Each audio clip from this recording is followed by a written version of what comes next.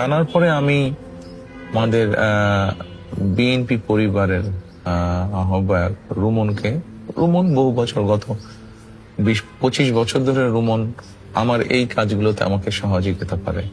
আমি রুমনকে তখন বললাম যে আচ্ছা, এটা দেখলাম, তুমি একটু যাও তো, দেখো কি ব্যাপার, গিয়ে দেখে সবকিছু জেনে শুনে আমাকে জানাও।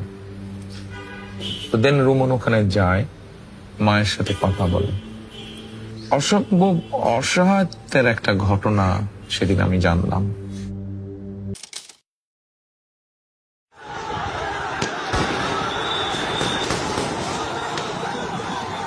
5 তারিখে আমার ছোট বোন আম্মার বাসায় গেছে, তখন আমরা আশকোনাতেই থাকি।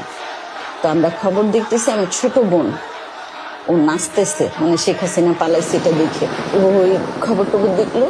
4টা বেজে গেছে, ওর ফ্রেন্ডরা ফোন দিতেছে নিচে নামার জন্য। তো চলে যাইতেছে পর আমাকে বলতেছে আম্মু আমি যাই। আমি কইছি আব্বু যেখানে যাও সন্ধ্যার মধ্যে চলে আসো, আম্মু তুমি টেনশন করো না, আমি চলে আসবো।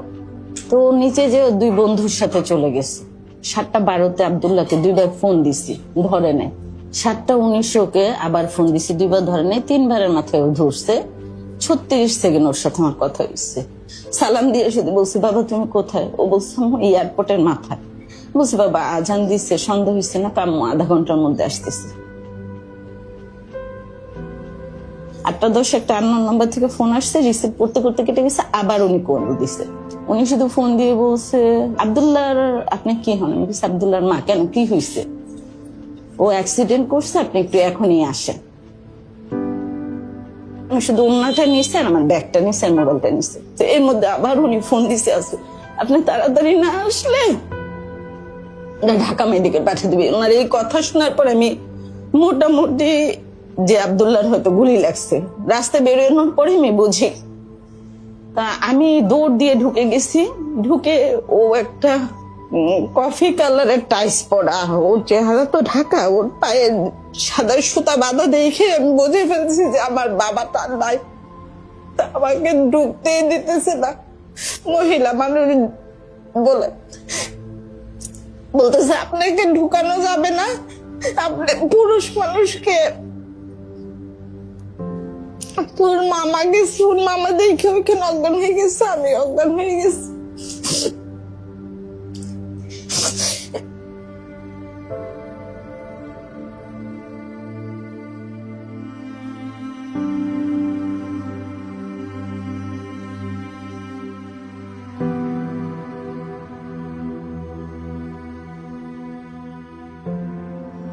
আব্দুল্লাহ হসপিটালে যাওয়ার পর শুধু 3-4 বার বলছে আমি বাঁচবো না, আমার আম্মাকে ফোন দেন, আমার আম্মু আসলে আমি ঠিক হয়ে যাবে, এবং ও আমার নাম্বারটাই দিছে। আব্দুল্লাহ মারা গেছে 5 তারিখে। আমি 8 তারিখ থেকে হসপিটালে ভর্তি জিসানকে নিয়ে। 19 তারিখে ধরা পড়ছে ক্যান্সার, ক্লোন ক্যান্সার 3rd স্টেজে। একটা মার জন্য এরপরে শোনার কি বাকি থাকে? যতটুকু মনে পড়ছে এই ঘটনাটা আমি সোশ্যাল মিডিয়ার মাধ্যমে জানতে পারি। জানার পরে আমি আমাদের বিএনপি পরিবারের আহ্বায়ক রুমন বহু বছর, গত 20-25 বছর ধরে রুমন আমার এই কাজগুলোতে আমাকে সহযোগিতা করে। আমি রুমনকে তখন বললাম যে আচ্ছা, এটা দেখলাম, তুমি একটু যাও তো, দেখো কি ব্যাপার, গিয়ে দেখে সবকিছু জেনে শুনে আমাকে জানাও। তো দেন রুমন ওখানে যায়, মায়ের সাথে কথা বলে। অসম্ভব অসহায়তার একটা ঘটনা সেদিন আমি জানলাম। আব্দুল্লাহ মারা যাওয়ার 14 দিন পর থেকে যুদ্ধ শুরু হয়েছে। আমি ছেলের জন্য কান্না করবো না, এই ছেলেকে নিয়ে হসপিটাল দৌড়াবো। ওর ট্রিটমেন্ট চলমান অবস্থায় তার বাবা স্ট্রোক করে মারা গেছে।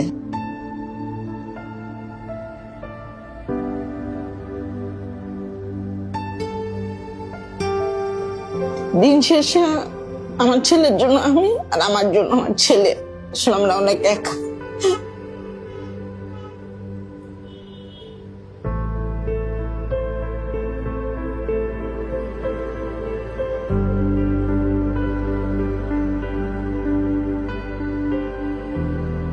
ভদ্রমহিলা বিভিন্ন জায়গায় বোধহয় গিয়েছিলেন, খুব সম্ভবত সেভাবে সহযোগিতা পাননি। তারপরে আমি তখন রুমনকে বললাম যে ঠিক আছে। তো ও বলল যে ভাইয়া এটা বেশ সময় এবং খরচ লাগবে এই ট্রিটমেন্টটাতে। তো আমি জিজ্ঞেস করলাম কেমন খরচ লাগবে, যে খরচটা লাগবে একটু অ্যামাউন্টটা একটু বড়। বললাম যে ঠিক আছে, আল্লাহর নাম নিয়ে বিসমিল্লাহ বলে চলো আমরা শুরু করি, যতটুকু পারি আমরা এগোবো, আমরা আমাদের চেষ্টাটা করি, বাকি আল্লাহর ইচ্ছা। ওর এক একটা কেমো 49,000 টাকা করে পড়ছে। 3টা কেমোর পর থেকে প্রত্যেকটা কেমোটা আমরা বিএনপির পরিবারের পক্ষ থেকে পাইছি। উপর আল্লাহর পরে যদি কেউ আমাকে সাহায্য করে দিই, আমরা বিএনপির পরিবার করছি, কারণ আমার দ্বারা সম্ভব ছিল না এই ট্রিটমেন্টটা করার। 2টা অপারেশন আমি বাইরে করাইছি, বাইরের ডাক্তার দিয়ে, সিএমএইচ এর ডাক্তার দিয়ে বাইরে করাইছি। কারণ অনেক টাকা লাগছে, এই 2টা সার্জারির টাকাও সম্পূর্ণ আমরা বিএনপির পরিবার দিচ্ছি।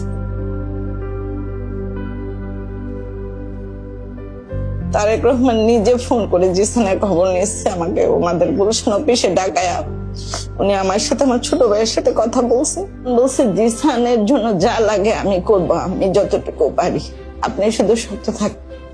তখন তো বিধ্বস্ত উনি, স্বামী মারা গিয়েছে, বড় ছেলে শহীদ হয়ে গেছে জুলাই, ছোট ছেলে এরকম অবস্থা।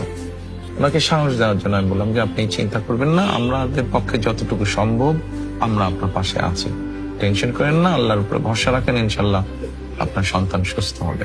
ওনাকে যদি আমি কৃতজ্ঞতা মুখেও বলি সেটা প্রকাশ করে শেষ করতে পারবো না। আমি নামাজ পড়ে ওনার জন্য, ওনার ফ্যামিলির জন্য দোয়া করি। আমাদের সফলতা বা আনন্দটা এখানেই যে বাচ্চাটা আলহামদুলিল্লাহ আজকে অনেক সুস্থ, অনেক সুস্থ বাচ্চাটা। মানে আমি চাওয়ার আগে এত কিছু পাইছি যে চাওয়ার আর জায়গা নাই গা, মানে আমার কোনো কিছু ফুলফিল, আমার বাচ্চার চেয়ে বড় কিছু তো নাই। তারা আল্লাহর রহমতে তাদের উসিলায় আমি আমার বাচ্চাটাকে সুস্থ পাইছি, এটাই আমার জন্য অনেক অনেক অনেক আলহামদুলিল্লাহ। মাটাও যখন সেই প্রশান্তির হাসি দেয়, ওটাই আমাদের কাছে সবচেয়ে বড় পাওয়া।